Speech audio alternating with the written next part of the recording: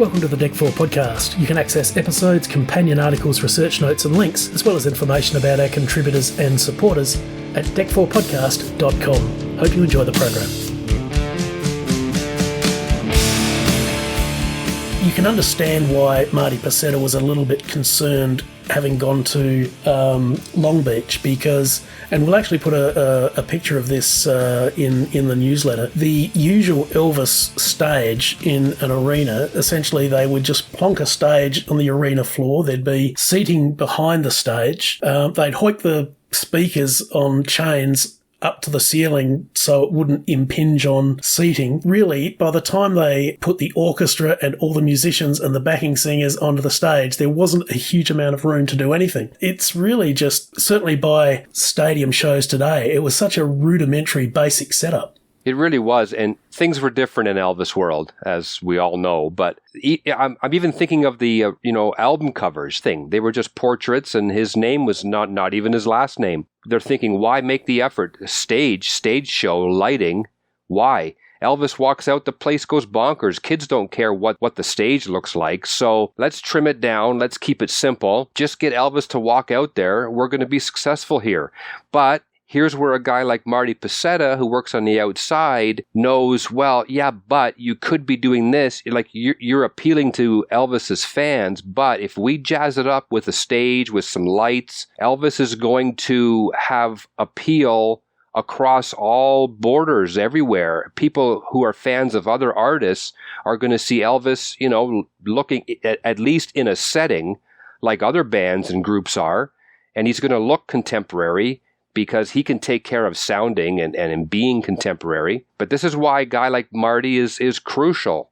Because yes, you could nail a few boards together and still have, a successful concert, but let's move forward. Let's get with the times and let's put on a good show. Again, Marty Pasetta. On January the 12th, they did a full dress rehearsal, which was taped as a sort of a backup just in case there was something went catastrophically wrong with the satellite broadcast. There were also sound checks and rehearsals. Elvis was, in later years, Elvis never turned up for a sound check and in fact never rehearsed, or very rarely rehearsed, and they tended to work up new songs on stage with sometimes it worked, sometimes it didn't, but obviously for something this momentous, he's very, very conscientious. He's there for the rehearsals and the sound checks. There were some very, very serious problems as we get very close to showtime. And this once again is from Marty Pasetta's interview in the Palm Springs Desert Sun. A day before the broadcast, it was discovered that someone had cut the power lines going into the auditorium. Now, in other reports, they actually say that they lost power because they overloaded the auditorium power with all of the studio equipment. But Marty Pasetta in this interview specifically says someone cut the power lines going to the auditorium. Wow, that's, you know what? Let me just peel back the layer a little bit. Here's Marty Pasetta later on in life, out in Palm Springs, out in the desert, and some savvy newspaper man knows he's got Marty living in the area. Let's go talk to him about Aloha. That's cool. So Marty recalls somebody actually cutting, I don't know, George, I remember Peter Noon of Herman's Hermits interviewed Elvis on the set of Paradise Hawaiian Style, fishing for a compliment, asked Elvis what his favorite group was.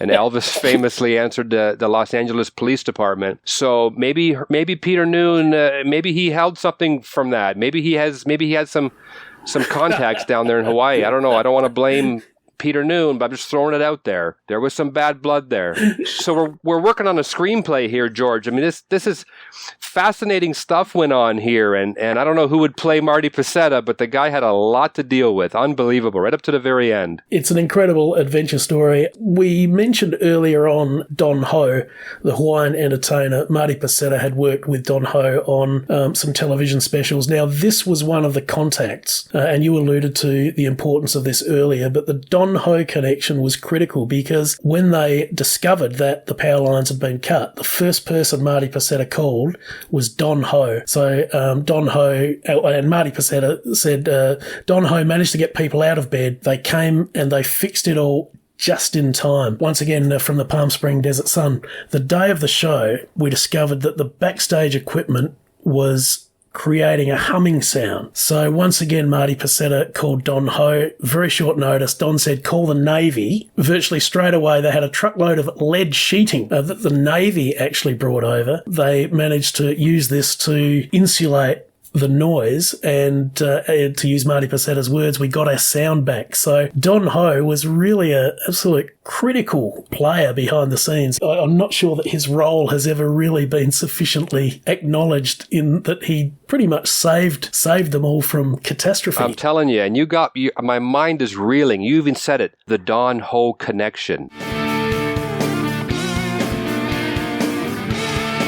Podcast terms and conditions can be found at our website, DEC4podcast.com. You can contact us there or on our social media. Find us on the major podcasting platforms, and we're also on Substack, Facebook, Tumblr, and Instagram. This has been George Fairbrother. Thanks for listening.